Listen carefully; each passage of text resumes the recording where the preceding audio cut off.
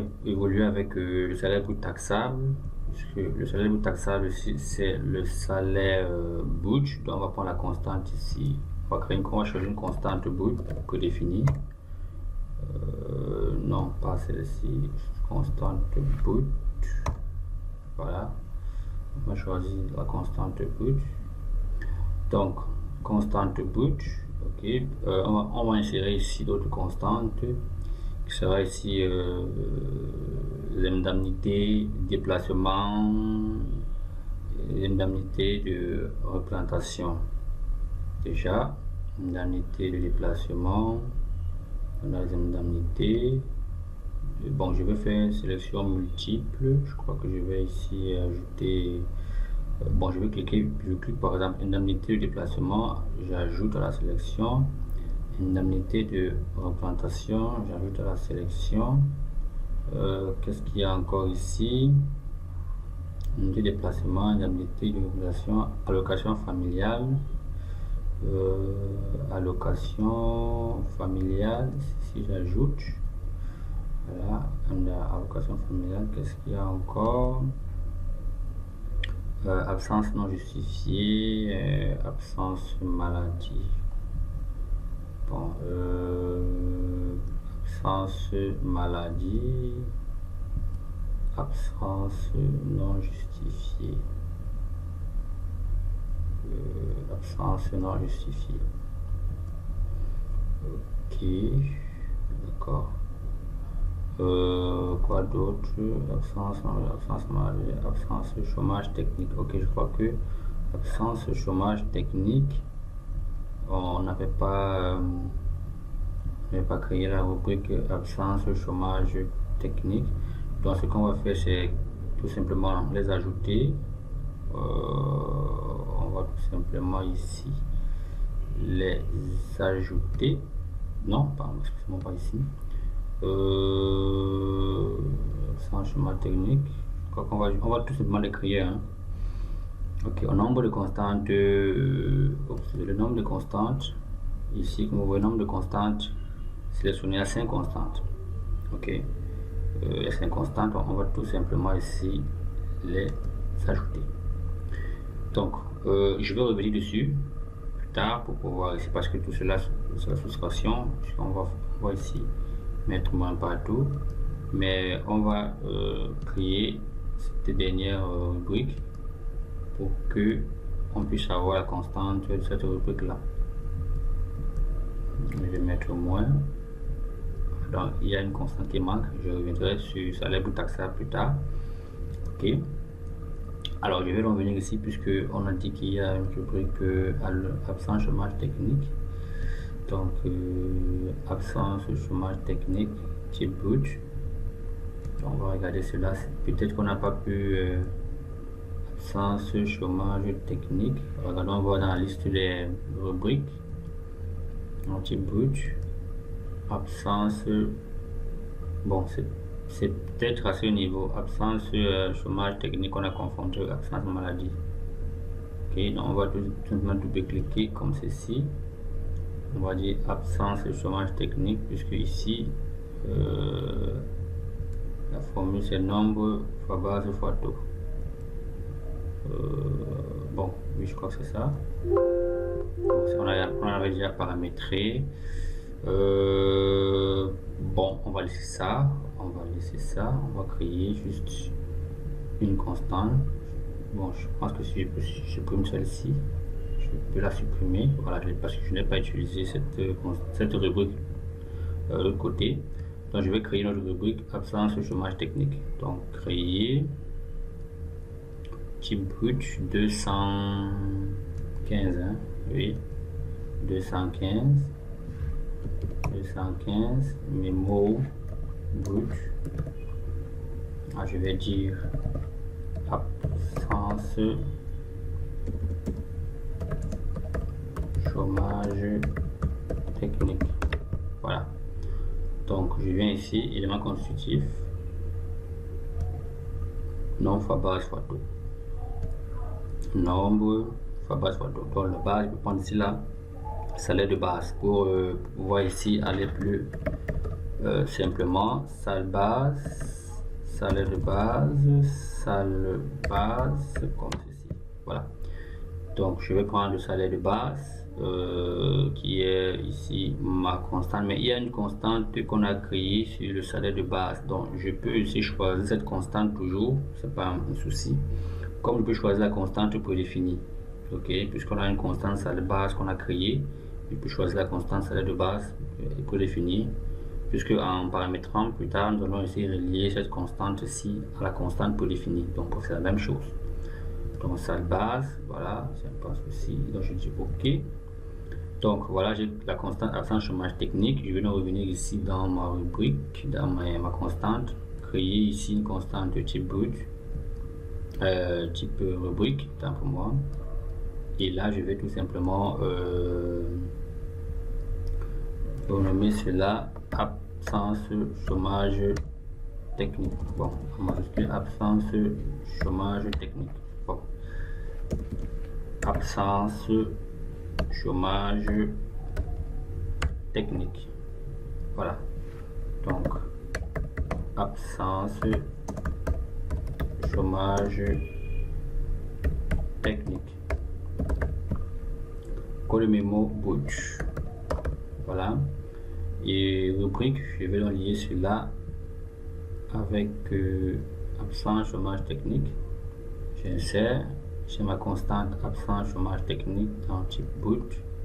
Voilà, je reviens maintenant dans la constante de base. Non, ça c'est la rubrique, je ferme ça. Donc, je crois que absence chômage technique, ok, inséré, c'est bon. Donc ici, dans... ok, d'accord, c'est ok. Absence chômage technique, donc dans ma constante, je vais venir ici dans la base, ça va être taxable. Je vais donc ajouter ici une constante. Brut, absence chômage technique. Voilà, je vais mettre moins. Voilà. Ok, donc je vais terminer avec le salaire brut taxable. Maintenant, on va évoluer avec le salaire brut taxable intermédiaire. D'accord? Puisque si on regarde bien l'évolution, le salaire brut taxable intermédiaire nous permet de faire ce qu'on appelle les évaluations des avantages à la nature, parce qu'il y a des taux, des différents taux. Et ces différents taux ont déjà été prélevés parce que ici, par rapport à, il y a le taux de 15%, 4%, 2%, 5%, 10%, 10%, donc en fonction des avantages à la nature. Donc c'est selon la loi camerounaise. Donc tous ces taux ont déjà été énumérés pour pouvoir utiliser le paramétrage pour chaque élément. Donc, par exemple, je vais dire ici pour le paramétrage, pour le test, pour l'évaluation, logement c'est 0,15, donc 15%, l'eau c'est 2%, électricité ici c'est 4%, domestique c'est 1%, nourriture 1%, véhicule 1%. Donc c'est déjà prédéfini dans notre loi la loi fiscale camerounaise. Bon. Par rapport à votre loi, ces différents avantages en nature, vous essayerez de remplacer ces taux en fonction des différents taux qui sont référés. Donc, maintenant, pour pouvoir faire les évaluations des avantages en nature, on a besoin ici du salaire brut taxable intermédiaire. Ok. Donc, on aura besoin d'un salaire taxable intermédiaire pour pouvoir faire ici les évaluations. Donc, on va créer ici une constante évaluation des avantages en nature. Donc, on va renommer cela. Je crois qu'on va renommer cela EL. Non, on va renommer cela évaluation, oui, EL. Disons EL. Donc là, étape par étape pour que vous essayiez de comprendre. Parce que le principe, c'est quoi? Le principe ici, c'est de pouvoir plus tard utiliser les évaluations en fonction de ces différents taux pour pouvoir tester, ok, en fonction de ces différentes valeurs et de calculer le salaire brut taxable définitif qui sera utilisé dans le salaire net taxable. Donc, on a déjà le PVID. Il faut tout simplement obtenir le salaire brut taxable définitif. Donc le salaire brut taxable définitif aura besoin ici du salaire brut intermédiaire et les valeurs test des avantages en nature. Ok. Alors je vais donc poursuivre ici. Je vais revenir là dans le salaire brut taxable intermédiaire. Donc on va bloquer le salaire brut taxable moins les avantages en nature. Donc salaire brut taxable intermédiaire, type calcul. Salle brut salaire brut taxable intermédiaire. Voilà. Salaire brut taxable intermédiaire. Intermédiaire. Bon, salaire brut taxable intermédiaire. Code mémo, on va mettre ça dans base. Salaire brut, ce serait la constante dans base. On prendra ici salaire brut taxable en plus. On va insérer une constante moins les indemnités représentatives des avantages de nature. Donc je vais tout prendre cela. Moins domestique. Je vais insérer une constante voilà, moins lourd. Ici, je vais aussi insérer une constante électricité. Voilà, électricité. Je vais aussi encore insérer une constante nourriture. Et là aussi, je vais insérer une constante véhicule. Voilà, donc je vais récupérer ici salaire brut taxable intermédiaire. Salaire brut taxable moins, je fais comme ça, moins les indemnités représentatives des avantages de la nature. Donc, voici l'opération. Je vais tout simplement OK. Voilà, salaire brut. Je n'ai pas bien écrit salaire brut taxable intermédiaire. Donc, je vais écrire ici salaire brut taxable.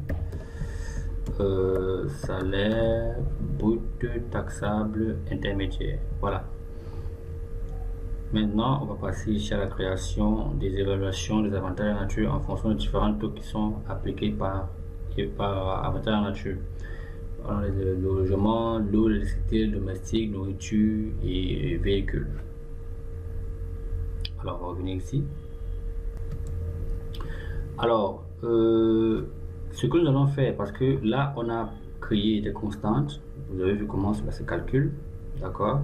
Maintenant, en ce qui concerne ici l'évaluation des avantages de la nature, puisque la loi des finances camerounaises utilise ici des taux pour chaque évaluation, chaque avantage de la nature. Par exemple, ici, on a logement qui est à 15%, l'eau 2%, l'électricité 4%, domestique 5%, nourriture 1%, véhicule 1%. Donc ces taux seront utilisés pour chaque avantage en nature.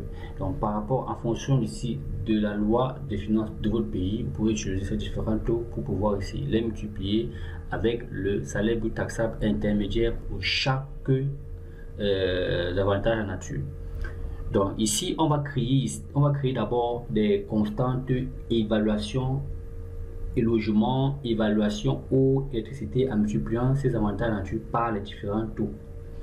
Donc ici, je vais tout simplement venir créer dans... Là, je ne peux pas créer ici un mémo évaluation. Je peux créer ici un mémo évaluation. Bon, je pense pas que... Bon, c'est mieux de créer mémo éval pour les évaluations et même un mémo valeur des AN. C'est plus mieux. Ok. Donc, on va venir ici, paramètres de paye, constante, format, rubrique. Donc, on va créer ici évaluation des AN. Bon, évaluation et valeur AN. Je peux dire ça comme ça, évaluation et valeur AN. Voilà. Évaluation des AN et valeur AN. Donc je fais comme ceci, je viens tout simplement là dans constante. Donc ici j'ai créé les évaluations des avantages en nature et les valeurs des avantages en nature parce qu'on va faire des tests. Ok. Dans ce qui concerne les évaluations des avantages en nature, on va créer cela. Ce sera le type calcul. Déjà, je vais venir ici mettre calcul, oui. Ok. Donc, je vais dire ici évaluation logement, évaluation logement.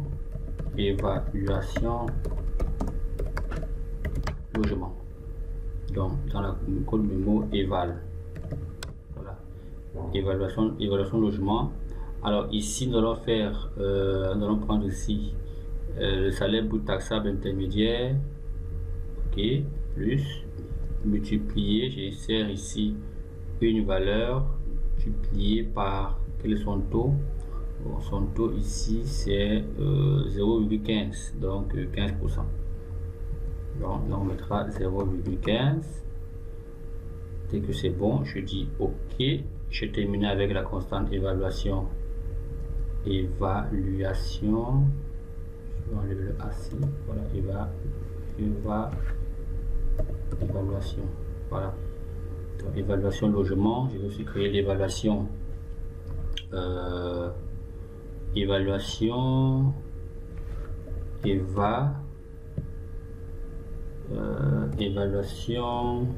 Évaluation eau. Voilà. Je vais nommer ça. Évaluation eau. Évaluation eau. Code mémo ici et val. Alors je vais donc prendre ici le salaire brut taxable intermédiaire multiplié tout simplement par son taux qui est de 0,02, donc 2%. Donc 0,02, je dis OK. Et là, je vais ici insérer,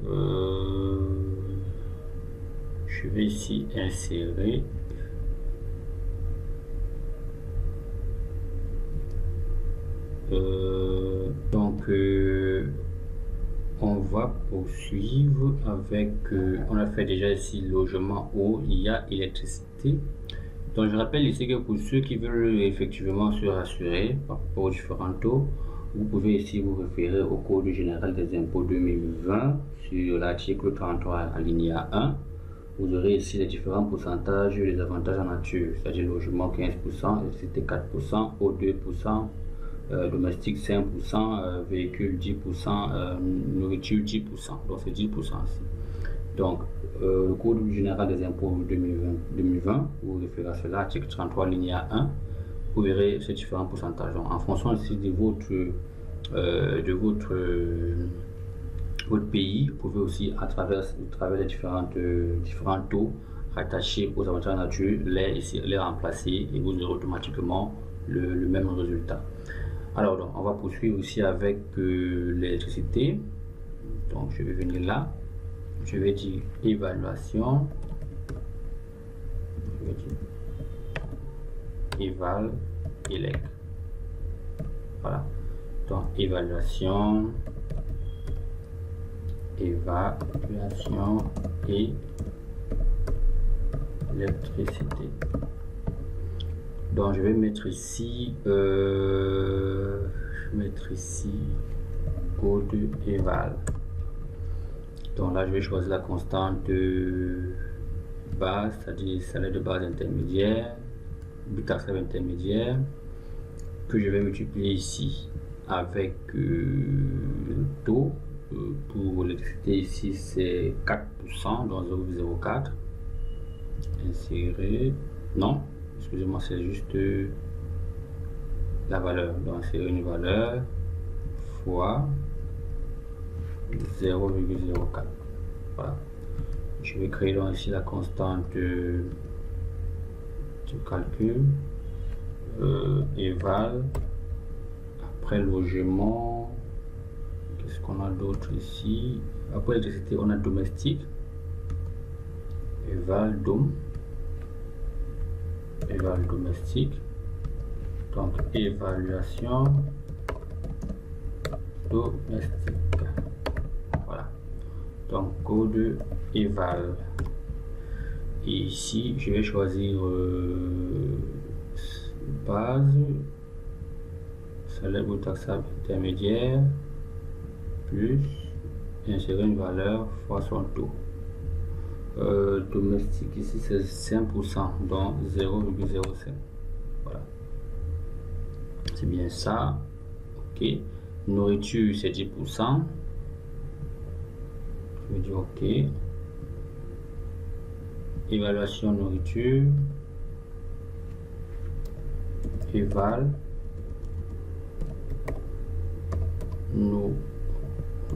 évaluation nourriture. Voilà, Donc, évaluation nourriture.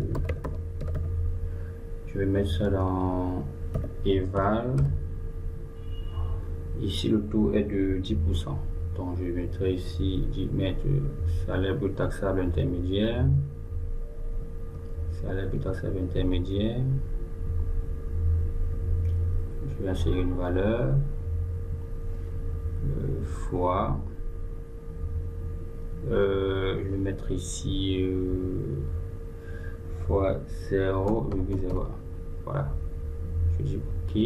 Donc, j'ai l'évaluation domestique, évaluation eau, j'ai l'évaluation logement, électricité, oui déjà, j'ai véhicule, évaluation véhicule sur 10%, je vais créer évaluation véhicule. Ensuite, je vais me servir de ces évaluations pour pouvoir avoir les valeurs des avantages en nature. Donc, pour avoir ces valeurs, on fera un test avec les avantages en nature, proprement dit. Ça veut dire que là, ce sont des évaluations. On multiplie chaque évaluation, on multiplie chaque avantage en nature par les différents taux, selon l'article 33, l'alinéa 1 du Code des impôts. Maintenant, à chaque fois, on ira faire des tests. Ok, si par exemple l'indemnité représentative de l'avantage en nature qui est peut-être le logement est peut-être inférieure à l'évaluation en nature qu'on a eu à faire sur le logement, alors qu'est-ce qu'on pourra avoir comme valeur du logement? Vous voyez un peu. Donc c'est juste pour pouvoir avoir des tests, pour pouvoir voir le montant de la valeur du logement même réellement. Donc là nous sommes en train de créer ici, comment dirais-je, des constantes qui pourront nous permettre de faire des tests avec les indemnités représentatives des avantages en nature proprement dit. Donc on fera des petites comparaisons avec ces indemnités représentatives des avantages en nature. Et là, si on voit peut-être que ce n'est pas inférieur, alors la valeur de l'avantage en nature sera telle. Vous voyez un peu. On verra cela après avoir terminé ici de créer les constantes évaluation avantage en nature. Donc il y a ici véhicule. Donc je vais venir ici créer pour éval véhicule. Donc je mets là évaluation véhicule. Donc je mettrai ça ici dans éval. Ici je vais choisir salaire brut taxable intermédiaire fois 0,0 plus 10%. Voilà, maintenant on va venir ici pour les valeurs des avantages en nature, faire les tests. Donc ça veut dire qu'on viendra pour avoir les valeurs, on dira ok, si par exemple l'évaluation logement est inférieure à l'indemnité de logement, ok, si c'est inférieur à l'indemnité de logement, alors la valeur du logement serait égale à quoi? À l'évaluation du logement. Ok, à l'évaluation du logement. Dans le cas contraire, la valeur du logement serait à quoi? À l'indemnité de logement. D'accord? On fera cela avec tout le reste. Donc on fera avec l'indemnité de logement, on fera pareil avec l'eau, électricité, domestique, nourriture, véhicule, des avantages en nature. D'accord? Donc pour avoir les valeurs des avantages en nature, de différents types de tests, donc comme on a dit, on va prendre ici l'évaluation de logement pour comparer avec l'indemnité de logement. On prendra ici avec l'eau pour comparer avec la constante des IR et AN de l'eau. Voilà. Donc on va aller étape par étape. On commence d'abord par l'évaluation de logement. Ensuite on va évoluer étape par étape pour que vous puissiez mieux comprendre le principe. Donc les évaluations aussi vont nous servir ici de comparaison. Okay, et de savoir quelle est la véritable valeur des avantages en nature qu'on pourra utiliser plus tard pour calculer le salaire brut taxable définitif. Okay? Donc alors on va commencer avec à créer la valeur de logement. Allons-y. Voilà. Donc on va créer ici la valeur de logement. Donc tout simplement je vais cliquer sur nouveau, type test. Alors qu'est-ce qu'on a dit ici? On a dit tout simplement que si l'évaluation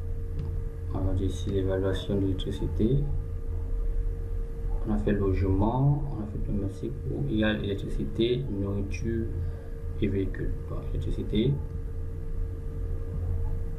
là, électricité, on va choisir évaluation électricité, ici, électricité.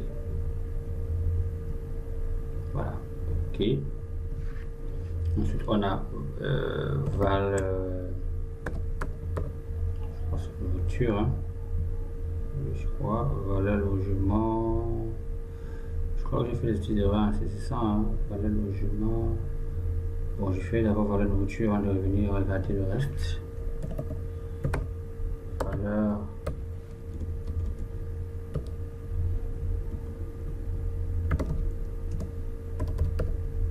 nourriture.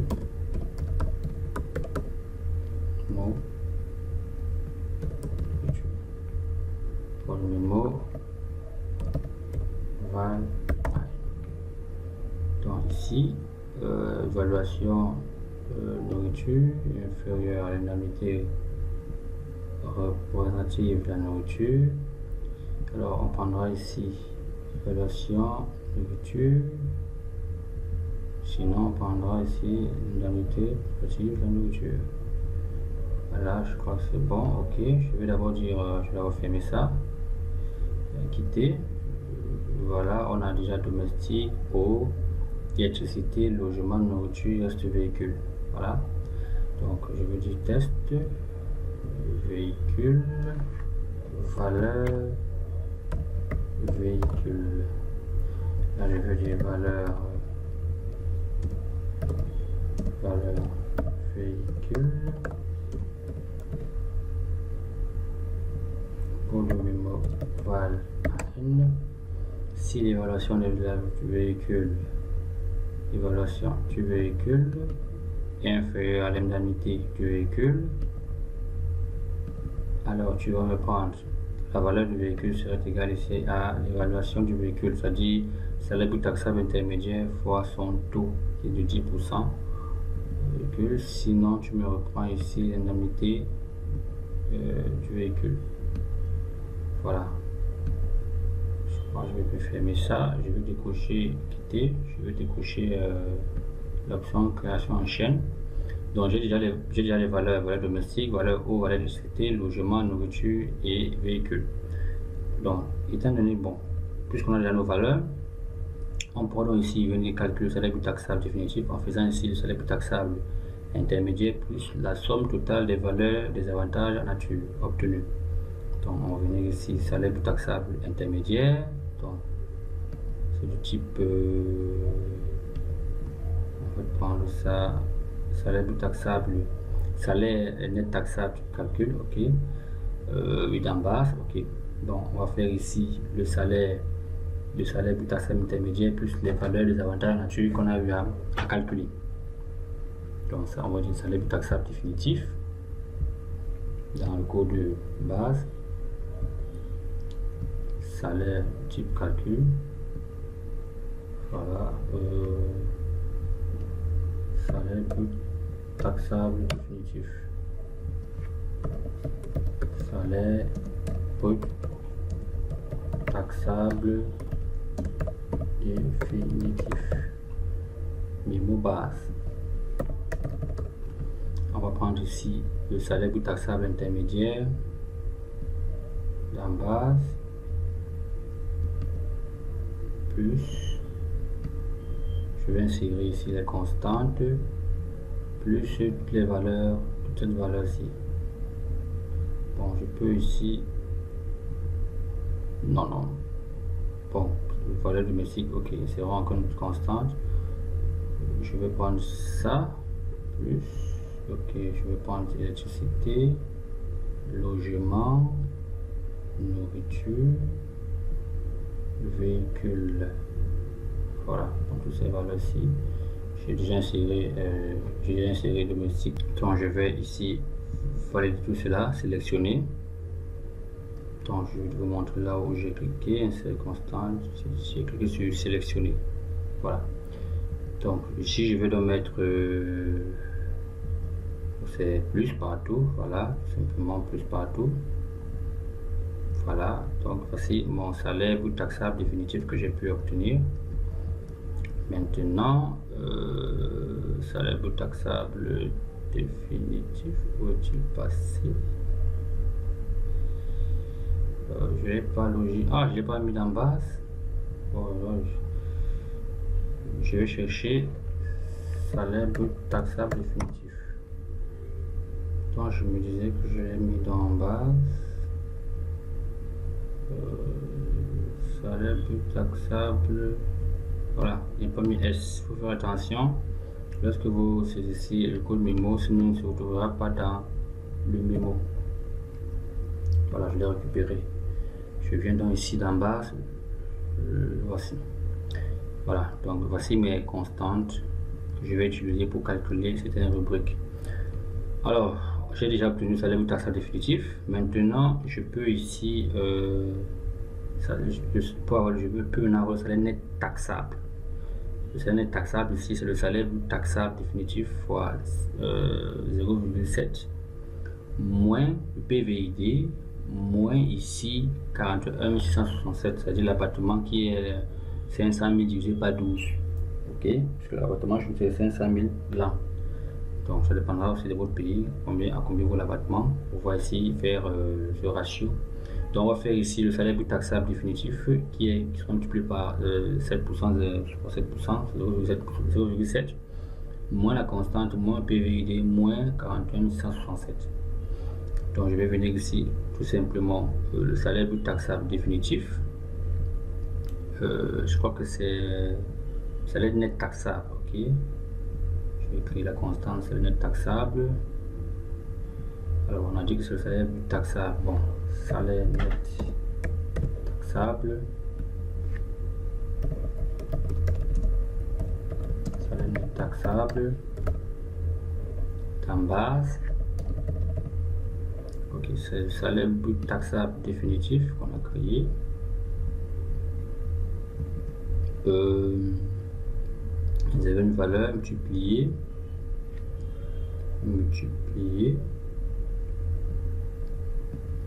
par 0,7 et je vais insérer ici moins PVD. Je vais insérer une constante base PVD moins PVD.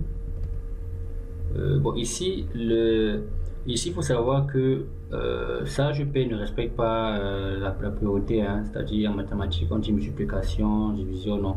C'est-à-dire que lui il va aller étape par étape. Vous voyez un peu, il va quitter d'abord aussi faire la multiplication, ensuite faire la soustraction. Si peut-être on avait mis PVD ici et faire fois 0,7, il devait d'abord faire salaire brut taxable définitif fois moins PVD fois 0,7. Donc ici ne suit pas la règle mathématique. Donc tout simplement, quand vous déposez déjà une constante et vous insérez d'autres éléments, il va suivre ligne par ligne et obtenir le résultat. Donc là j'ai salaire brut taxable définitif fois 0,7 moins PVID moins ici 41 667, ce qui est l'appartement mensuel.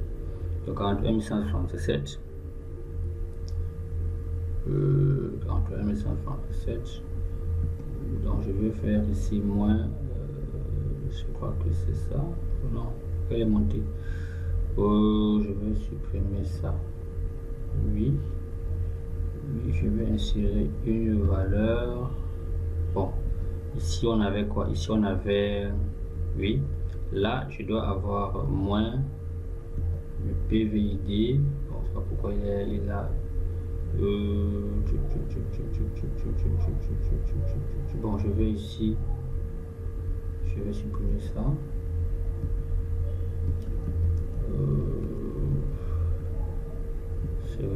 Voilà, je clique en bas, j'insère une valeur en bas. Donc ici j'ai salaire brut taxable définitif fois 0,7 moins le PVID moins 41 667 41 667. Voilà.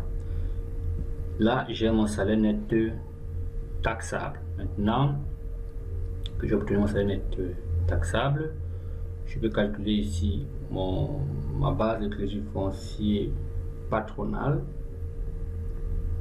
Ok, la constante base crédit foncier qui est le salaire brut moins l'allocation familiale. Alors, base crédit foncier patronal,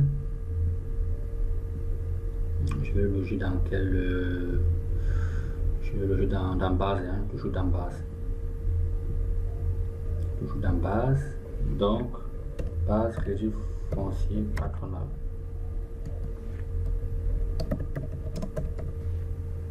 Donc, je peux faire abréger.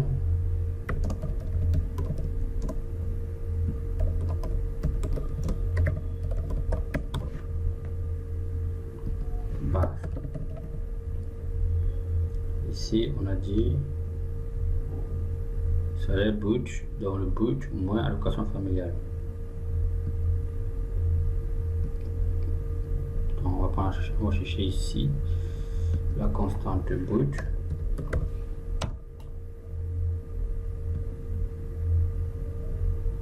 Donc plus c'est moins allocation familiale. Une constante allocation familiale. Est-ce qu'on a mis allocation familiale? C'est ça ici. Moins allocation familiale. Voilà. On a déjà défini ici nos constantes, parce que nos constantes personnalisées dans l'antibase. On a nos valeurs des AN qui nous ont permis ici d'obtenir tout simplement la valeur nette taxable ici en travers des tests.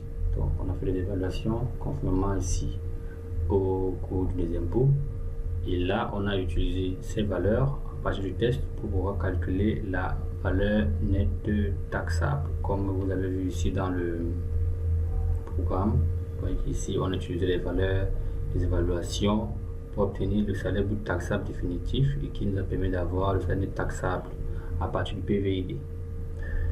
Ok, là on a créé la base de crédit foncier. Donc voici déjà les constantes personnalisées qui ont été créées, et vous verrez plus tard maintenant comment utiliser ces constantes personnalisées pour pouvoir créer des rubriques de cotisation. Les rubriques de type cotisation.